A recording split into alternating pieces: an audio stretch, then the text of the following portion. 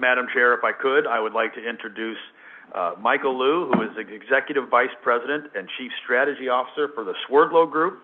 And Mr. Liu is going to introduce most of the board. I know we've talked about this a little bit in our briefings. This is enormous. I think everyone should pay attention. But he is going to introduce us to a proposed Little River development with a tri-rail station. They're not paying for. Yay! Thank you very much. I want to appreciate courtesies of Mr. Deck and his staff and Ms. Moore and her staff over the last few months as we've discussed this project. Thank you for the opportunity. And as Mr. Deck kind of summarized. Oh, excuse me, Madam Chair, could we get a little closer to the microphone? Sure. I apologize. So we're here to give an overview of this project because a key component of it is our proposed tri-rail station on existing tracks in this community. And we are committed to pay for it. As part of that process of finding funds to pay for it, we want to access the Build America Bureau of the U.S. Department of Transportation's Better Utilizing Investments to Leverage Development Grant Program, which was the former Rebuilding America Infrastructure Sustainability and Equity Grant Program under the prior administration, which was part of the old TIGER program. Lovely acronyms for our government, lovely grant program names. And as part of the build grant process, we need a government sponsor. And we obviously believe that the SFRTA and Tri-Rail would be that appropriate sponsor. We have done the work. The application is done. We're ready to submit it. We don't know when the actual submission deadline is going to be, but if it follows the last 2 years, 3 years, it'll probably be by the end of this year, maybe January of next year. And this might be the last tranche of this grant program. So hopefully we'll be able to work with you all and get appropriate authorization so that we can make a timely application. So the Little River, and to my right here is my colleague, Stephen McBride, who is the principal of SG Holdings, which is an affiliate of the Swerdlow Group.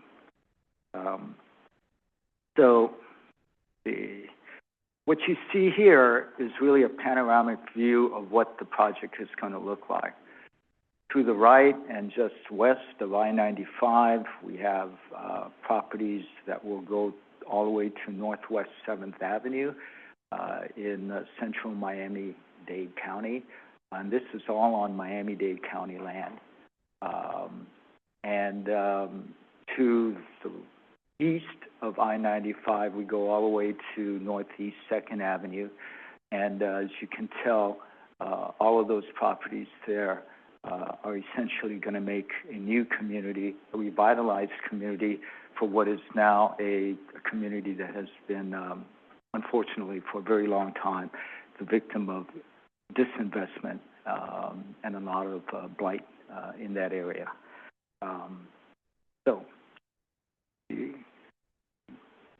Get to the next screen.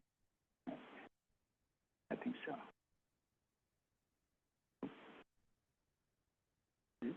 Oh, okay, great, thank you. Appreciate that. Yeah, okay, great.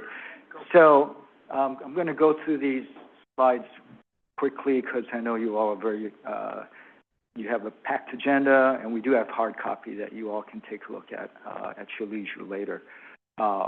This project was response to a solicitation by Miami-Dade County through its Housing and Community Development Department under the HUD Rental Assistance Demonstration Program, and I'll talk about that in a few minutes. Total acreage is a little over 70 acres, so it's a very large swath of county land that we are dealing with. Local jurisdiction, this is unique. While it is on county land, we're working with the city of Miami for the actual zoning, and we are almost done with that process. We've done everything that we needed to do with the City of Miami Commission, and now we're only working with the Planning and Zoning Board to make some adjustments to the comprehensive plan.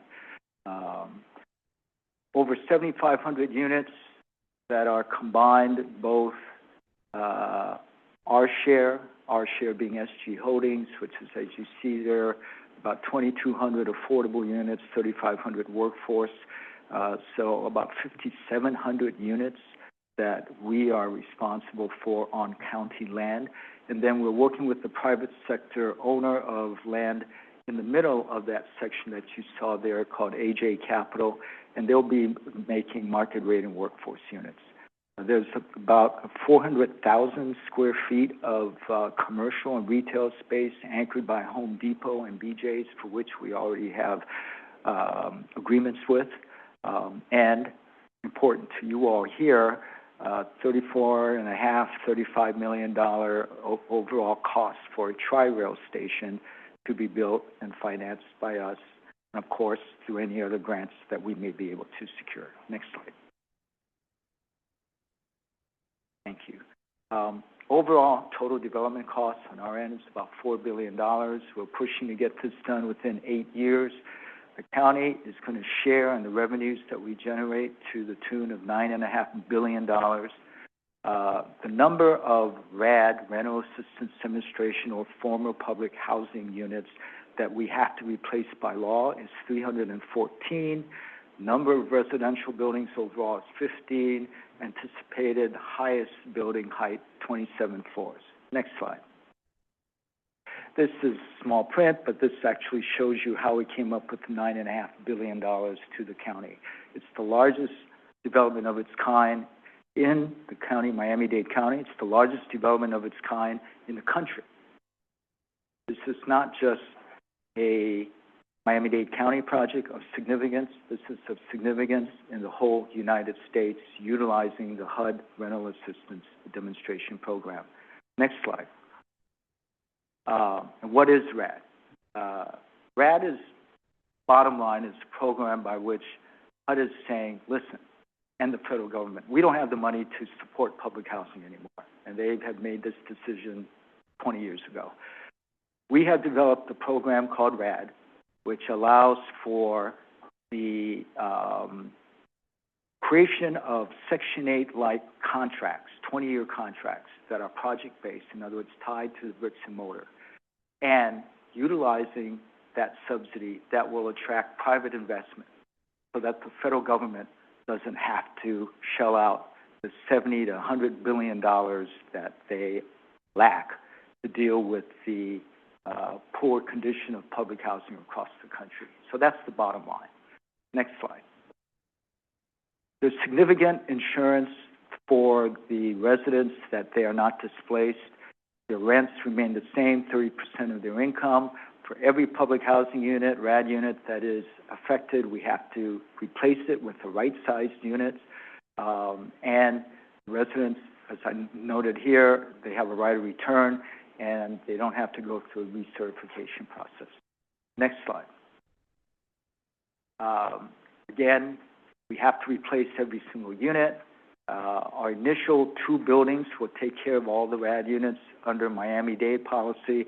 We have to build approximately 2 units for every single unit of affordable or former public housing units. So our 2 initial buildings will be about 691 units. It'll take care of all the RAD units, and none of the tenants will have to move until we build our new buildings.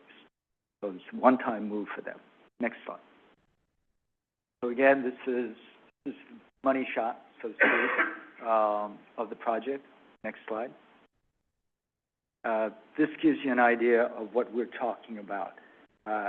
Again, to the west of I-95, the left there, we have properties that go up to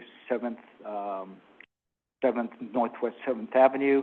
The Home Depot is the pink there, and then the 2 smaller pink buildings are going to be residential. Pink building to the furthest west will be one of our first buildings that will take care of the RAD units for the public housing properties that exist on both sides of I-95 there. The green square just to the east of I-95 there is really the upper deck, a parking lot. And things have changed a little since this slide, but that's going to be our BJ's over there. So our two anchor entities are shown there. And then the train station, you see train. Train station is going to be right up against the blue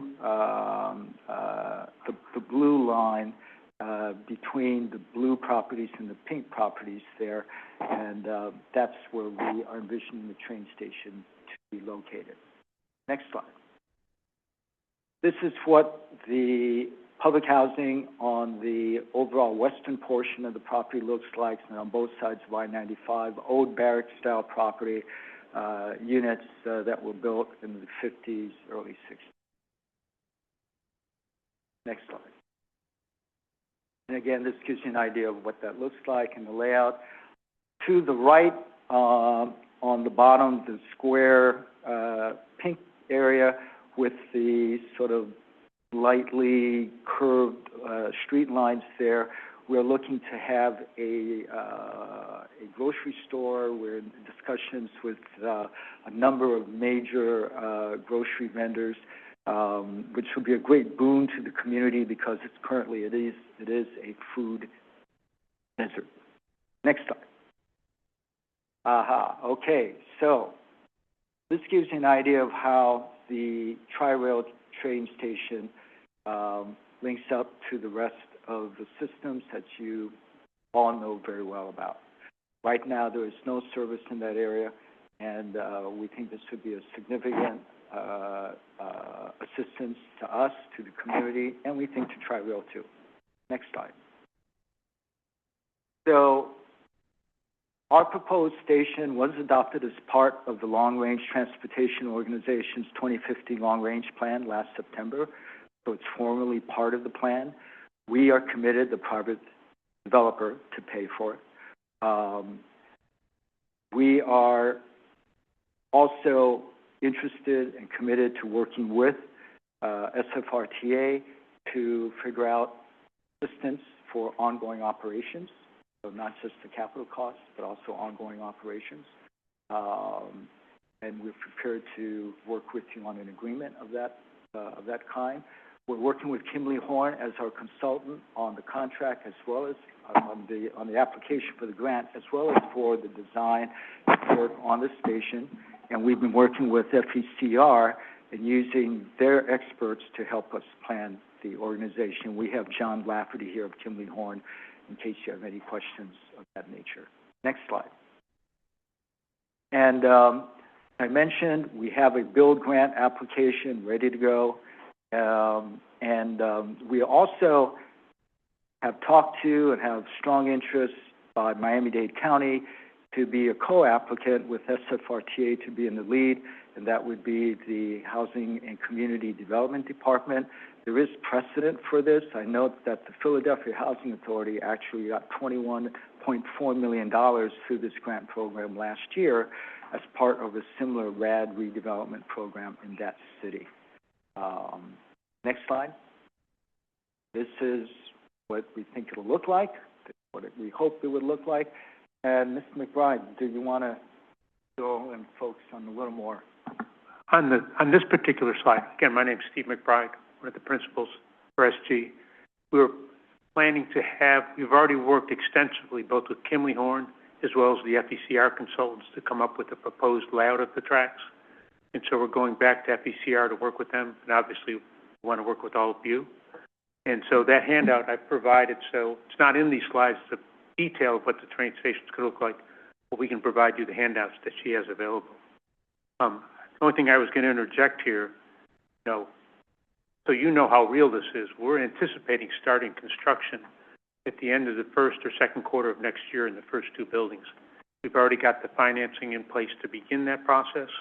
And we've been meeting the master plan, which Michael Lewis, we've already met 6 or 7 times with the city, and we're meeting to finalize the overall master plan, and concurrently we'll have the permit plans. So it's a real project, everything's in place, and we're happy to go through in more detail the actual layout of the tracks, but you also have a slide right there for you to look at. Go ahead. I also want to mention that Ms. McBride is an engineer and a finance person by background. And when I first met him a few years ago, he had a lot more hair. So he puts in a lot of hours. Next slide. So the next slides are basically pictures of what we envisioned the project to look like. This is more of the streetscape on the commercial and the entry to the train station. How it's integrated into Yeah. overall. Next slide. Next slide. Again, these are pictures of the various buildings and open space. We'll have over 2.5 acres of green space as part of the public park that you saw as part of the schematics. Next slide. Again, an overview with a focus on the train station. Next slide. This is the major plaza, and you see the green space there. Next slide. We have some townhouses planned. Right now, they're viewed as, they're seen as rental, but whenever we show it, folks ask if they're going to be home ownership, and it's possible. We'll discuss that with HUD and the county. Next slide. Community amenities, everything that a community of this sort would want and needs. Green space, we have swimming pools at all the buildings, walking paths, pavilions, security, yeti. Next slide. These are actual pictures of units that we completed at a project called Sawyer's Walk, the largest senior affordable project built in the United States in the last 20 years. And we intend to replicate much of what we have there, and you can see for yourself. Next slide. Again, more pictures of what the units will look like. Next slide. Key community supporters, Miami Archdiocese, the Epilepsy Alliance, Miami-Dade College, and hopefully we'll have SFRTA up there very soon. Next slide. Thank you very much. If you have any questions, please contact us, so we'd be happy to answer any questions that you may have now. Okay, I know Commissioner Regalado had her train up. Anybody else? Yep. First of all, thank you very much. Michael Liu is very modest. He used to be Director Liu in Miami-Dade County. He was in charge of our housing, and before that, he worked for many years at HUD. This is a transformative project, and I want to thank you all because I know everyone has put in so much time. But for our county partners, I want to add that this is made possible in part because of the zoning changes that Miami-Dade County has made to incentivize transit-oriented development. So, but for our zoning changes and density that is afforded when transit is combined, this wouldn't happen.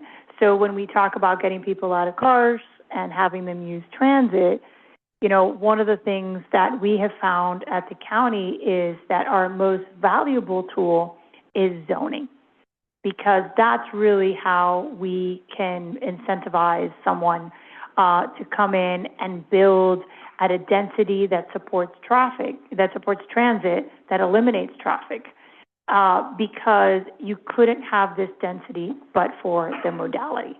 And that's why one of our asks is for them to pay the capital to put that modality in. So I've talked about this before when we were talking about our TODs and when we were talking about having FDOT give us ownership of their station so that we could do TODs. This is what could happen, right? And you could extend a line, you know, when I first mentioned to Dave the possibility of a new station, he looked at me like I may have lost my mind. But here we are, we're adding a new station that's going to add a tremendous amount of ridership. The Swirlo Group is building a small city that happens to have a train station. And what we've seen along what we call the rapid transit zone and the TODs that we have done in Miami-Dade County is that 60 to 72% of the individuals who move into these buildings do not have cars because it just doesn't make financial sense to have a car. if you live in a place that has a transit station embedded in it, you are attracting the human who has decided to make this lifestyle change. And what we see is, for things outside the transit network, they'll take a ride share. And the other component is our RTZ and our zoning associated with this transit opportunities has a dramatic reduction in parking. And the parking that is there is prohibitively expensive, in part because we want to decentivize people from bringing cars into these areas. We want them to use transit. So it's hard for me not to call you Director Liu. If you could speak a little bit about the parking and the transit and how everyone is going to be incentivized to use this station. Absolutely. As part of our community benefits agreement, we will be subsidizing fares that the residents might be paying for use of the Tri-Rail station, those for the RAD units. We will also be providing a free circulator service. We have been in discussions with Freebie at our cost, private sector costs, so that the folks who live there don't have to use a car or even a bicycle. You know, if they need to get in a car, they can, and they can both use the app to have a pickup at their door or at the bottom of the building or at specific stops within the area. So those are just a few things that we are incentivizing them for. And we're not building one-to-one in every building in terms of one stall for every unit. We have senior buildings there. A lot of seniors can't afford cars, don't have cars, don't need cars. And so as an incentive to us, based on models of the county, we will be, again, scaling back our parking requirements accordingly. Absolutely, the county's RTZ incentives really was an impetus to allow us to move forward in what we have now. This is also a mixed use. So one of the other things that we talk about when we talk about the RTZ and mixed use, specifically when it comes to housing, is this concept of a 15-minute city. And that is a zoning concept where you could have everything that you need within a 15-minute radius of where you are. So I know that you don't have all your anchors yet, but the idea of this is similar to the other transit hubs that we have done. This usually has a grocery store, a pharmacy. If you could speak a little as to the retail that's embedded in this, which also limits the need to leave the complex and gives you that 15-minute city feel. Absolutely. As I mentioned, we do have already Home Depot and BJ's already as anchors. BJ's, as you know, offers all kinds of household goods, food, as well as cheap gas services for those who sign up for memberships. And we will be also subsidizing BJ's memberships for the former public housing residents so that they have access to that. And then also, we have been talking to all of the major grocers. They want to be there for at least 40,000 square foot grocery store to be right next to the train station to provide access there. And I'll just name a few of other folks who have been calling us and they want to be there. TJ Maxx, Ross's, Dick's Sporting Goods. And we like to deal with those retailers that focus in on the moderate income households. We're not talking about, with all due respect to folks who like shoes, Jimmy Choo's. It won't be Bal Harbour. Correct, it won't be Bal Harbour. Thank you, Director Liu. And to the board, I will say he mentioned it at the beginning, but I know that our staff has been wonderful. We've had a lot of meetings to figure out the logistics. We don't want what we lovingly refer to as a Miami Central station. situation. We want the trains to fit in the station, so we have been involved. Been there, done that. We have been very involved, in this piece of it. And on the county side, we're very happy, to participate. And I'm happy, to make a motion to participate in the block grant application. I don't know if that's appropriate now, or do you want to bring something else? But I have also, confirmed with, as Director, Mr. Liu, it's hard not to call you Director Liu, Mr. Liu said, with our HUD department and their interest in co-sponsoring this application. I think this is going to be, number one, a hugely successful project, but I believe that it's also going to be a model for HUD because it answers a lot of the issues that we have with HUD housing going back to Puget Geigo, right? This really does allow people to live in a wonderful space with beautiful amenities at a rate that they can afford with access to transit, eliminating the costs that really make those units untenable for so many. So it really speaks to the missing middle that we all talk about in zoning. This provides housing for the missing middle with the amenities that they deserve and then some. So I want to thank you for all your hard work on this, and I'm happy to make that motion when it's appropriate. Not yet. He left. Hi. Mr. Liu, I did not get your name. Steve McBride. Mr. McBride. Nice to meet you, and thank you very much. This, I can only imagine, is very exciting, and it sounds, I think, visionary is the right word. I do have one word of caution. I don't know if you're going to be able to determine Commissioner Regalado's level of support and enthusiasm. She holds that close to the vest. So, good luck. Look, I brought rum cake because it's her birthday, and you are in peril of losing your peace. If I don't give you grief, it's not a usual day. If you could go to slide 22, please.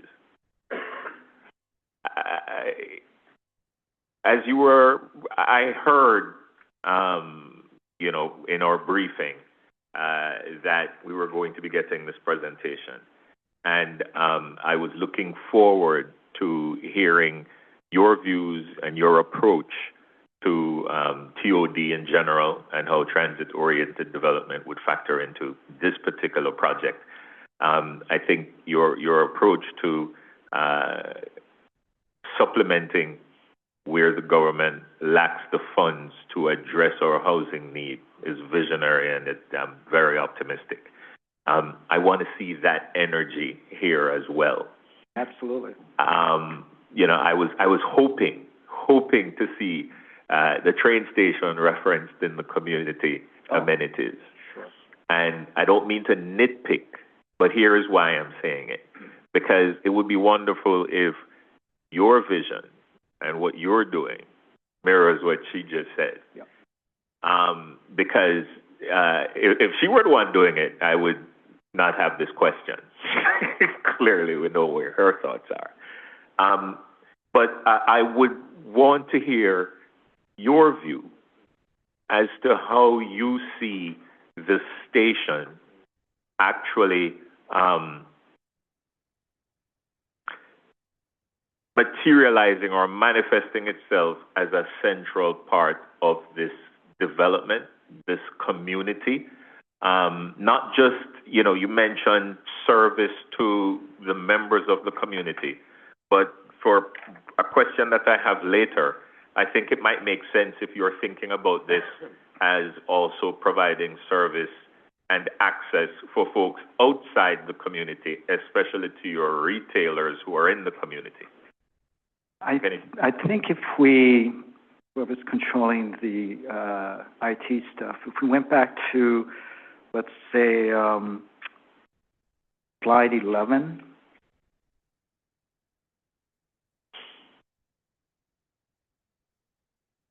Okay. Okay.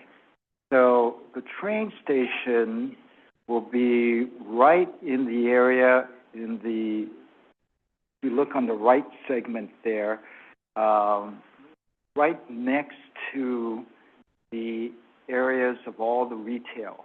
Can whoever's controlling the mouse, can you see if you can capture it? Right here. Okay. Right here, right. And right in this area here. So it is fully integrated into the heart of the retail district. And the parking, to the extent that there will be for the retail, will also be parking available for use for the transit, those who are going to be using transit. So absolutely, from the surrounding community, they will be able to access. Here you go. Yeah, they will be able to access the train station for their use to obviously get to Miami Central and all of the other connecting lines there to get to work, et cetera, as well as if they wanted to go up north on Tri-Rail, if they have work in the parts up north there. So just by the very location of the Tri-Rail station, it is fully integrated into the heart of this development. It's not in some outlying area, 5 blocks away from where the retail and the residential is going to be there. Okay. So you're absolutely right. I mean, you've heard portions of our conversation. We have last mile, first mile concerns. And not to prolong the point, I think a lot of it was covered by Commissioner Regalado. But you also mentioned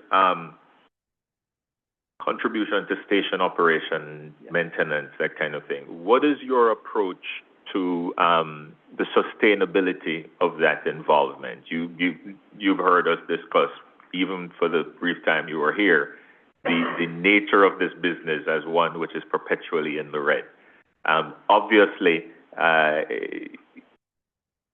that suggestion, that contribution, that plan is welcome. It's a conversation we'd love to have, but it's also an idea we'd love to replicate and model. So what is your approach to that kind of contribution, especially making it sustainable? Whatever we do in terms of negotiations with our government partners, whether it be with the county, the Housing and Community Development Agency, or as we move forward with SFRTA, we want to approach this from a standpoint of what is fair, what is needed. Obviously, it can't be a 1-year deal or a 2-year deal. We have to look at a term of years and looking at ways to sustain that over time. I can't say exactly what all that is going to be, but that's the mindset that we have, that there's going to be a sharing on our part of the responsibility to maintain that station. In our interest to do so, the long-term interest. We're not there to flip the properties after 5, 10, or 15 years. The principals and myself as part of this team look at this project and all of our projects as long-term holds.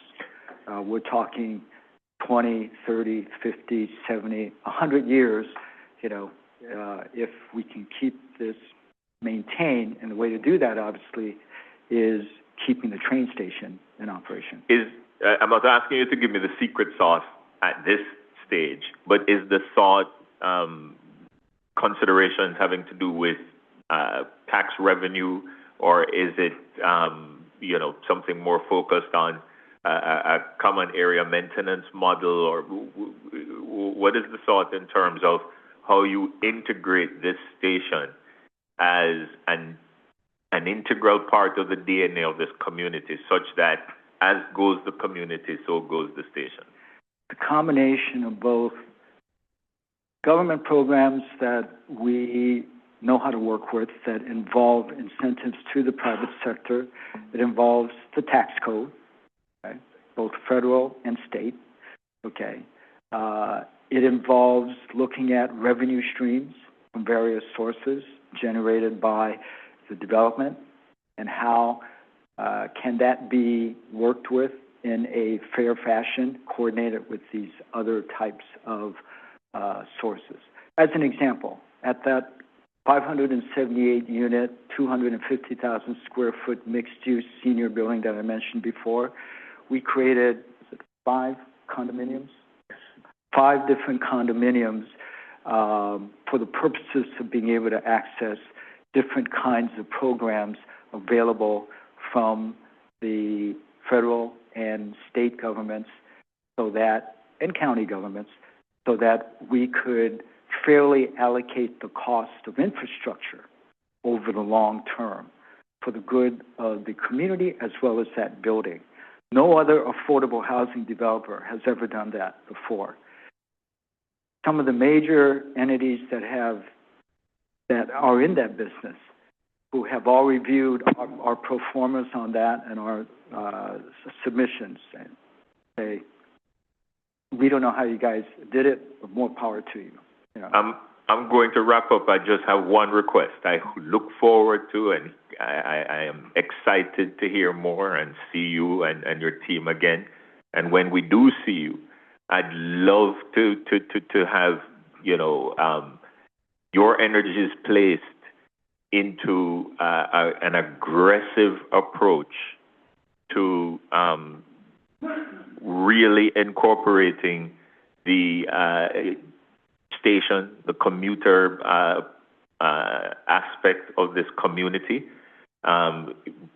with the retail partners, they're buying as well, fully understanding that what you're doing is creating an environment where you are bringing customers into their backyard, into their establishment with a train that's right outside their doorstep, and really aggressively continuing. This is not a beginning. You are obviously on that path, that development concept, so that there's a TOD model here that you or someone else can replicate further up the line. And let me mention, too, that has been also very important in our discussions with local vendors, small businesses that want to be part of this, and we want them to be part of it, too, is that train station, to bring in customers, to deal with their local products that they have to offer. Thank you, sir. Mr. Kakache and then Senator Scott. Thank you, Madam Chair. Mr. Liu, Mr. McBride, congratulations. I don't know if I never like to celebrate too early because it's like jinxes things, right? But great job. And Commissioner Regalado, congratulations. That's an amazing achievement to get this started.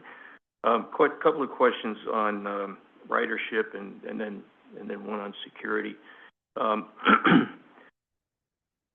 Yeah, I'm probably the least expert on trains here, but this looks like it could be rivaling the ridership of any other segment once it's up and running in however many years. Do you guys have an estimate on how many riders we're going to be dealing with? Can we meet the demand with the number of trains we have? What's it going to take? Board members John Lafferty and Kimley Horn, we have not yet done any ridership forecasting. That's our next step. Okay. Our primary focus has been looking at from an engineering concept, and we were tasked with what can actually be built. And doing so and working with the SFRTA team as well as FECR, that's where we are, where we've had a number of iterations and concepts and are very confident in what we can build within this particular segment. And our next step is now going through those requisite environmental approvals, ridership, to now start to understand what is the true benefit from this investment. When can we expect just a target date on that? I would say within the next 6 to 9 months, if not sooner. Good. Thank you very much. My second question is, with all the traffic you're going to have coming, ridership traffic in and out, are you handling all the, setting up all the security for that, the cameras and the security that's necessary for that? Yes. And will that feed back to our system so we can see it? We definitely will coordinate with SFRTA, Miami-Dade Sheriff's Office, any other law enforcement or entity that is concerned about security, our retail folks, security is a key factor. We had to, as part of our solicitation, utilize a consultant that's an expert in crime prevention through environmental design, CPTED, and we'll continue to incorporate those CPTED concepts in our overall implementation. All right, just a real quick one, folks. So you've heard all the stories about whether it's true or not, the bright line hitting people. There's going to be a lot of traffic here. People, do you have fences in places designed into this to keep people from crossing the tracks? Part of the actual build grant is specifically focused in on the applicant's plans to provide for safety for the development which is being proposed. So that's one of the features that Kimley Horn and the design experts will be working on, have worked on, in putting together the build grant application. Absolutely. Thank you, Mr. Liu. Thank you, Madam Chair. Senator Scott and then Mr. Dick. Yeah, just briefly, of course, Commissioner Regalato's obviously worked this and would want to follow her lead. But also, I just want to mention that I've known Michael Swerdlow for 30 or 40 years, or I don't even know how long, and your companies are well regarded, and I'm sure that if this goes forward, you'll be a good partner with us.